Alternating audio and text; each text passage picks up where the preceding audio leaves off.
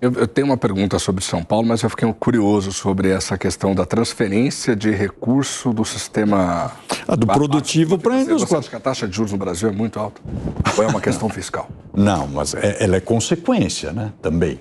Você acha que a taxa de juros é alta por conta do aspecto... Eu acho que boa parte sim. E vou te dizer, eu não sou economista, mas eu fiquei muito chocado de ver... Alguns meses atrás, o André Lara Rezende queria fazer uma discussão sobre esse quase lincharam ele. Sim. Então, você vê que está errado. Eu não sei se é só isso, se não tem outros fatores. Né? Por exemplo, o André queria discutir isso porque ele dizia que tinha alternativas, não era só por aí. Então, pode ser que tenha. Perfeitamente. Eu me recordo bem, o André realmente massacrado. Eu achei um absurdo. De repente, o Banco Central sabia tudo, sabe tudo, intocável.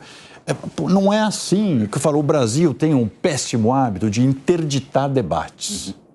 Por isso que a gente está onde está. E agora com o negócio da polarização. Não tem discussão. Né? Se eu falar que o Wilson é um liberal, vão dizer que ele é bolsonarista. Se eu dizer que você acha que não deve privatizar a Sabesp, ele é de esquerda. É comunista. É comunista. Aliás, é uma palavra que tiraram do baú. Não sabe o que a palavra comunista é um negócio que você não ouve no mundo inteiro, você não ouve mais. Então, é uma pena isso. Esse debate interditado, para mim, é um atraso para o país. Tem mais alguma, André? Não, eu queria só voltar, desculpe, é breve, essa questão da administração em São Paulo.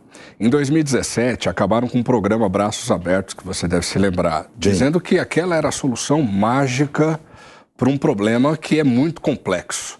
E está aí, né? A gente está quase 10 anos depois com um grave problema que ninguém consegue resolver, até por conta dessa complexidade. Além deste, que parece um dos principais calcanhares de Aquiles do atual prefeito, o que você vê de mais urgente para a cidade de São Paulo nesse momento? Fora a questão da Cracolândia? Fora a questão da Cracolândia. Bom, você sabe que eu tenho até uma certa preguiça de falar sobre Cracolândia, porque é uma coisa que foi a minha obsessão quando eu estava na prefeitura. Os 5 anos que eu fiquei na prefeitura, acho que se eu deixei de passar por lá 5, 6 dias, foi muito. Todos os dias eu estava lá. Acho que fizemos 40 e tantas ações, mas ações integradas. Ninguém queria parecer bom moço, que é outro problema. Aqui todo mundo quer parecer o bonzinho, porque, sabe lá, o que vão falar? Eu fui xingado, achincalhado, era editoriais do jornal o tempo inteiro, mas eu tinha convicção de uma coisa. Eu achava que o poder público tinha a obrigação de cuidar daquelas pessoas. Não pode deixar na rua. Você tem que tratar... Né? Primeiro ponto, tratar, dar abrigo, né? e leito, o mínimo. Fora o tratamento da dependência química, essencial. Hoje até isso está um pouco mais aceito, mas na época, em 96, 7, era higienista, falaram o diabo. Nada a ver, para mim, eu já tive muitos parentes com dependência química, quem tem sabe a tragédia que é isso daí. E nós, quando eu saí da prefeitura, olha, devia ter lá, no máximo, 200 pessoas, 150 e muito disperso. Por quê?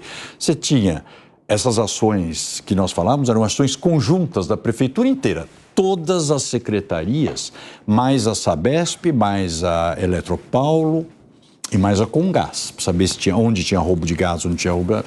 Isso ia interditando. Por exemplo, bar sem licença de funcionamento. Por que tem que ficar aberto lá se a gente sabia que eles eram os pontos de passar droga? Os hotéis sem licença de funcionamento, não vai ficar aberto. Até começaram a me criticar que eu era truculento, porque fechei com papel 2 vezes, abriam. Na terceira vez eu falei, não, manda pôr tijolo e cimento, empareda, aí vai ficar fechado, tem porquê. Então, de não abrir, não tem licença de funcionamento, é usado pelo tráfico, por que vai deixar? Não vai deixar. Então, você não pode ter medo de crítica. Se você tem convicções, fazer o que você acha. Eu lavava as ruas 4, 5 vezes por dia. Não é para ficar só limpinha, mas porque a própria polícia dizia, o pessoal guarda embaixo das pedras, naquele ponto, no buraco, não sei aonde. Então, pediam isso daí. Reforçávamos a iluminação. O lixo tirava 4, 5 vezes. E no teu ponto de vista, por que o problema só cresceu? Não, porque acho que você tem dois problemas. Um problema, e na minha visão, na época, assim, você tinha que tratar aquelas pessoas. Segundo, você não podia deixar o bairro do Bom Retiro, poxa, refém do tráfico de drogas. E quem mora lá? Quem trabalha lá tem que sair de casa, voltar para casa, etc. Não pode. Eu não resolvi o problema das drogas, veja, porque aí me criticavam muito, que diziam, Cracolândia mudou de lugar. Ah, sim, mudava. Claro, começou a ir para embaixo dos viadutos da Paulista. Aí falaram que eu fiz muro anti não sei o quê. Bobagem. Estavam fazendo, como é que chama? Arrastão nos carros, porque lá ficava o trânsito. Então você tem que evitar o arrastão, ou não?